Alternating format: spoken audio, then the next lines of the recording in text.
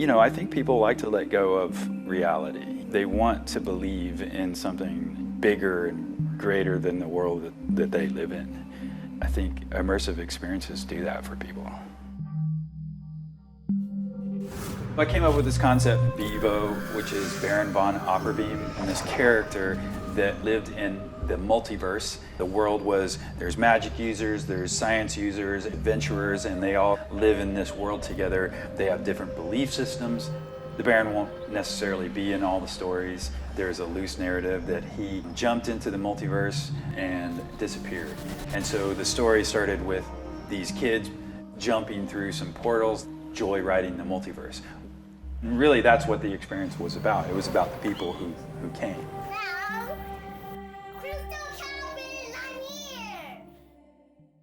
An immersive experience needs a sense of play.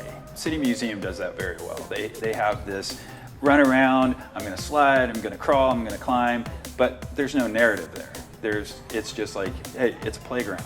Then you look at something like Meow Wolf, they have a loose narrative, and they've taken a lot of different artists and put them all in like a curated space.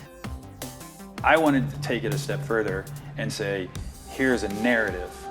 We're gonna base all of these worlds on this narrative, an adventure play aspect, and there's gonna be a game aspect. Next level.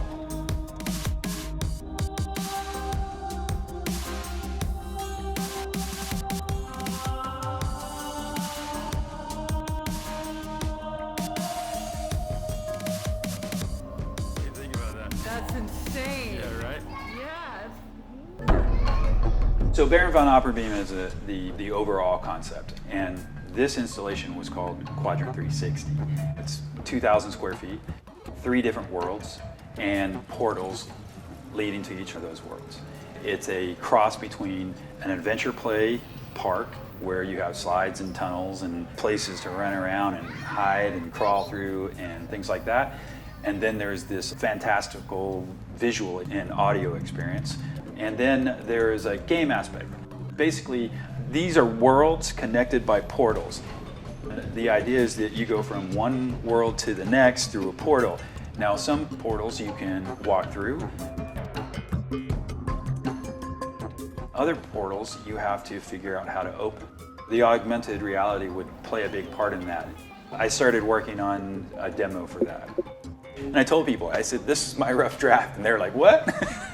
It's like intense for a rough draft. But yeah, I mean, that's exactly what it was. It was a learning process for me. It was experimenting with different technologies and different ways to interact with people. So, at the core of the volcanic moon is the anomaly. It is an unknown power source of great magnitude, triggering cataclysmic events.